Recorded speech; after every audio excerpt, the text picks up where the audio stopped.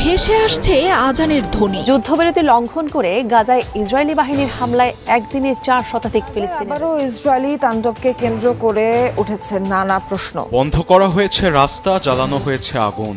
ইসরায়েলের সময় মঙ্গল যুদ্ধবিরতি উপেক্ষা করে গাজায় ভয়াবহ আগ্রাসন চালিয়েছে ইসরায়েল। যুদ্ধবিরতি উপেক্ষা করে গাজায় বর্বর হামলা চালিয়েছে ইসরায়েল। ফিলিস্তিনকে তোমরা পরাজিত করতে পারবে না। ভেস্তে দিয়ে গাজায় ফের বর্বর হামলা চালাচ্ছে ইসরায়েল। দেশের বাইরের খবর, গাজায় বর্বর হামলা চালিয়েছে ইসরায়েল। এতে নারী ও শিশু সহ প্রাণ গেছে 3.5। গাজায় একদিনে 400 মানুষকে হত্যার পরও থামছে না নেতানিয়াহুর রক্ত।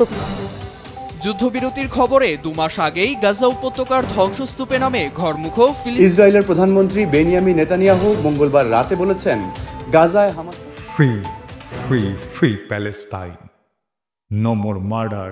ইসরায়েল ও ফিলিস্তিনের মধ্যে চলমান সংঘর্ষের সর্বশেষ পরিস্থিতি নিয়ে আমাদের আজকের বিশেষ ভিডিও। গত কয়েকদিন গাজা উপত্যকা ইসরায়েলি বাহিনীর হামলায় শত শত ফিলিস্তিনি নিহত হয়েছেন। গাজার স্বাস্থ্য মন্ত্রণালয়ের তথ্য অনুযায়ী সোমবার 17 মার্চ মধ্যরাতে ইসরায়েলি বিমান হামলায় 400-এরও বেশি ফিলিস্তিন প্রাণ হারিয়েছে। আহত হয়েছেন 400 জনেরও বেশি। রাত গভীর, গাজার আকাশে আগুনের লেলিহান শিখা। বিস্ফোরণের প্রতিটি শব্দ যেন আকাশকে ফুঁড়ে চিৎকার করে জানিয়ে দিচ্ছে এখানে জীবন আর মৃত্যুর মধ্যে কোনো ব্যবধান নেই। ধ্বংসস্তূপের নিচে চাপা পড়া মানুষের আর্তনাদ বাতাসে মিশে গেছে। এক মায়ের কণ্ঠ ভেসে আসছে, আমার বাচ্চাকে বাঁচান। কেউ কি শুনতে পাচ্ছেন? কিন্তু এখানে কেউ কারো কান্না শোনে না। এখানে কান্নার চেয়ে বড় শব্দ হলো ক্ষেপণাস্ত্রের গর্জন।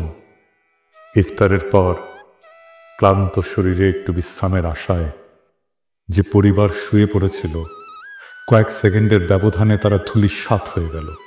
একটি শিশুর ছোট্ট হাত ধ্বংসস্তূপের নিচ থেকে বেরিয়ে আছে, কিন্তু তার শরীরের আর কোনো অংশ নেই। এটা যুদ্ধ না, এটা নিছক প্রতিরোধের বিরুদ্ধে লড়াই না, এটা একপাক্ষিক গণহত্যা। ইসরায়েল এবং হামাসের মধ্যে যুদ্ধবিরতি বলবৎ ছিল। বিশ্ব আশায় ছিল হয়তো কিছুটা শান্তি আসবে, কিন্তু শান্তি আসেনি, বরং নতুন রক্তপাত শুরু হলো। 18 মার্চ রাতে কসাই নেতানিয়াহুর বাহিনী যুদ্ধবিরতি ভেঙে বেসামরিক মানুষের উপরে ভয়াবহ হামলা চালালো। এক রাতে 400 জনের বেশি মানুষ শহীদ হলো, যাদের মধ্যে অধিকাংশই নারী, শিশু, বৃদ্ধ। যুদ্ধবিরতি নয়, বরং সেখানে আবারও নির্বিচারে বিমান হামলা চালানো হলো। এক ফিলিস্তিনি সাংবাদিক বললেন, আমি ধ্বংসস্তূপের নিচে লাশের সারি দেখেছি। কিছু লাশ এতটাই ছিন্ন ভিন্ন যে চেনার উপায় নেই। একটা শিশুর কেবল মাথাটুকু খুঁজে পাওয়া গেছে। এটি কি কোনো সভ্যতার পরিচয় বহন করে? গাজার শিশুরা কোথায় যাবে? সমস্ত শিশুর স্বপ্ন এখানে এক ধ্বংসস্তূপ। একটা শিশু নাম আমাল, তার পুরো পরিবার গত রাতে একসাথে ইফতার করেছিল। সে খুব খুশি ছিল, কারণ তার বাবা বলেছিল, যুদ্ধ শেষ হলে তোমার পছন্দের খেলনাটা এনে দেব। সেই রাতেই এক বোমা এসে তাদের ঘরটাকে মাটির সাথে মিশিয়ে দিল। আমাল বেঁচে আছে, কিন্তু তার বাবা মা নেই। তার ছোট ভাইটি তার হাত ধরে শুয়েছিল, কিন্তু এখন সে নিথর। গাজার প্রতিটি শিশুই এখন এতিম। তারা আর বাবা মায়ের গল্প শুনবে না, তারা আর স্কুলে যাবে না, তারা আর খেলতে পারবে না। তাদের জীবন এখন একটাই, জীবন থেকে পালাও। এই বর্বরতা কি প্যারিসে ঘটলে বিশ্ব চুপ থাকতো? আর যদি লন্ডন, নিউ ইয়র্ক বা প্যারিস, বার্লিনে এমন একটা হামলা হতো, তাহলে কি বিশ্ব এতটাই নিশ্চুপ থাকতো? যদি প্যারিসের শিশুদের উপরে বোমা ফেলা হতো, তাহলে কি জাতিসংঘ শুধু নিন্দা প্রকাশ করত? যদি ওয়াশিংটনের হাসপাতাল ধ্বংস হয়ে যেত, তাহলে কি বিশ্ব চুপ থাকতো? যদি লন্ডন শহরে একটা স্কুলে 300 শিশু নিহত হতো, তাহলে কি বিশ্ব উদ্বেগ প্রকাশ করেই থেমে যেত? না, তখনই বিশ্ব মানবতা জেগে উঠত, তখনই জাতিসংঘ চিৎকার শুরু করত। কিন্তু যেহেতু এই হত্যাযজ্ঞ গাজায় হচ্ছে, তাই বিশ্বের বিবেক ঘুমিয়ে আছে। কিন্তু এই নীরবতা কি চিরকাল থাকবে? একজন বাবা তার মৃত সন্তানের নিথর দেহের পাশে বসে আছে। শিশুটির হাতে আঁকা ছিল একটা ছবি, একটা সূর্য, একটা ঘর আর একটা ছোট্ট পরিবার, কিন্তু সেই ঘর এখন ধ্বংস হয়ে গেছে। সেই বাবা এখন নিঃস্ব, তার চোখ দিয়ে অশ্রু ঝরছে না, কারণ গাজার মানুষ এত কেঁদেছে যে তাদের চোখের পানিও শুকিয়ে গেছে। তিনি শুধু একটাই প্রশ্ন করেছেন, কবে থামবে এই গণহত্যা? ইসরায়েল কি চায়? ইসরায়েল জানে তারা যত বেশি ফিলিস্তিনিদের হত্যা করবে তত সহজ হবে তাদের দখলদারি। প্রথমে তারা ফিলিস্তিনিদের জমি কেড়ে নিল, তারপর তাদের ঘরবাড়ি ধ্বংস করলো, তারপর তাদের খাদ্য পানি বন্ধ করলো। এখন তারা একে একে হত্যা করছে যাতে কেউ বেঁচে না থাকে। এটা ধ্বংসের একটা পরিকল্পিত নীতি। এটাকেই বলে এথনিক ক্লিনজিং। ফিলিস্তিন মুক্ত না হলে মানবতা মুক্ত নয়। গাজা পুড়ছে, কিন্তু শুধু গাজা নয়, এই আগুন একদিন পুরো বিশ্বকে গ্রাস করবে। আজ যদি ফিলিস্তিন মুক্ত না হয় তাহলে মানবতা কোনোদিন মুক্ত হবে না। আর যদি গাজার শিশুরা বাঁচতে না পারে তাহলে পৃথিবীর কোনো শিশুই নিরাপদ নয়। আজ যদি আমরা চুপ থাকি তাহলে একদিন আমাদের ঘরেও আগুন লাগবে, তখন কেউ আমাদের জন্য কথা বলবে না। এখন প্রশ্ন হলো, এই হত্যাযজ্ঞ কবে থামবে? পৃথিবী কি নীরব দর্শকের ভূমিকা পালন করবে? আজ গাজার রাস্তায় শিশুরা কাঁদছে, তাদের বাবা মা মৃত, আর আমরা যারা নিরাপদ ঘরে বসে এই ঘটনা দেখছি। আমাদের কি কিছুই করার নেই? অন্তত কণ্ঠ তো তোলা যায়। বিশ্বজুড়ে সাধারণ মানুষ সোচ্চার হচ্ছে, কারণ গাজার মানুষ শুধু একটা জিনিস চায়, জীবন। গাজার আকাশে আজও আগুনের গোলা উড়ে বেড়াচ্ছে। বাচ্চারা যখন মায়ের কোল জড়িয়ে ধরে কাঁদছে, তখন ইসরায়েলের যুদ্ধ বিমান তাদের ঘরগুলো একের পর এক মাটিতে মিশিয়ে দিচ্ছে।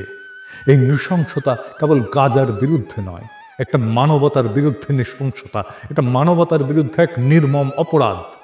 তাই আজ যারা আমার এই এপিসোডটি দেখছেন, তাদের সকলেরই মনে রাখা উচিত, গাজার মানুষ আজ আমাদের সাহায্যের জন্য চেয়ে আছে। আমরা কি চুপ থাকব, নাকি তাদের পাশে দাঁড়াবো? পৃথিবীর বিবেক কি জাগবে, নাকি আরো হাজারো শিশু ধ্বংসস্তূপের নিচে চাপা পড়বে নিঃশব্দে? মাহমুদ নামের এক ছোট্ট ছেলেকে উদ্ধারকারী দল ধ্বংসস্তূপ থেকে বের করেছিল। তার নিথর দেহের পাশে ছিল একটা স্কুল ব্যাগ। ব্যাগের ভেতরে লেখা একটা ছোট্ট চিঠি, আম্মু, যুদ্ধ কখন শেষ হবে? আমি কি বড় হতে পারবো? আমি ডাক্তার হতে চাই। এই চিঠির উত্তর কে দেবে? ইসরায়েল, আমেরিকা, জাতিসংঘ, নাকি সেই বিশ্ব যারা শুধু চোখ বন্ধ করে রাখে? মাহমুদ আর বড় হবে না। গাজার ফাতেমা আর কখনো লাল জামা পরবে না। এই ধ্বংসস্তূপের নিচে চাপা পড়েছে শুধু গাজার মানুষ নয়, চাপা পড়েছে বিশ্ব মানবতা। যদি আজ ফিলিস্তিন মুক্ত না হয় তবে পৃথিবীর কোনো মানুষই মুক্ত নয়। যদি এক জাতিকে নিশ্চিহ্ন করা যায়, যদি শিশুদের নির্বিচারে হত্যা করা যায়, যদি কারো ভূখণ্ড দখল করে পুরো একটা জনগোষ্ঠীকে শরণার্থী বানিয়ে ফেলা যায়, আর বিশ্ব কিছুই না বলে, তবে সেই বিশ্বে একদিন কেউ নিরাপদ থাকবে না। ফিলিস্তিনের লড়াই শুধু ফিলিস্তিনিদের নয়, এটা পুরো মানবতার লড়াই।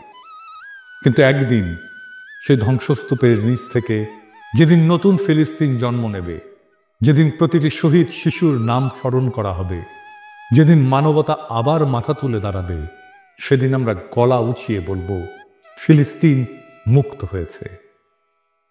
আর সেদিনই মানবতা মুক্ত হবে। ফিলিস্তিনের স্বাধীনতা ছাড়া আমাদের স্বাধীনতা অর্থহীন। একদিন ঠিক ফিলিস্তিন মুক্ত হবে। একদিন সূর্যের স্বপ্নের শান্তির ভোর আসবে। একদিন পৃথিবীর মাটি, আকাশ, বাতাস মধুময় হবে। সেই দিনের অনাগত প্রজন্ম আমাদের অক্ষমতাকে, আমাদের কাপুরুষতাকে, আমাদের স্বার্থপরতাকে ক্ষমা করো। হে মহান সৃষ্টিকর্তা, তুমি আমাদের ক্ষমা করো। তুমি বৃথাই আমাদের শক্তি দিয়েছিলে। এই দীনতা, এই কাপুরুষতা, এই অক্ষমতার দায় আমরা নিলাম। Free free free Palestine. No more murder, no more lies. এখনকার মতো এ পর্যন্তই। সারা দেশের গুরুত্বপূর্ণ খবর জানতে আমাদের চ্যানেলের সঙ্গেই থাকুন। যদি ভিডিওটি ভালো লেগে থাকে তাহলে লাইক, কমেন্ট আর শেয়ার করতে ভুলবেন না। আর নতুন নতুন আপডেট পেতে সাবস্ক্রাইব করুন আমাদের চ্যানেল এবং পাশে থাকা বেল আইকনটি ক্লিক করুন যাতে কোনো আপডেট মিস না করেন। দেখা হবে পরবর্তী ভিডিওতে, ততক্ষণ পর্যন্ত ভালো থাকুন, সুস্থ থাকুন, আল্লাহ হাফেজ।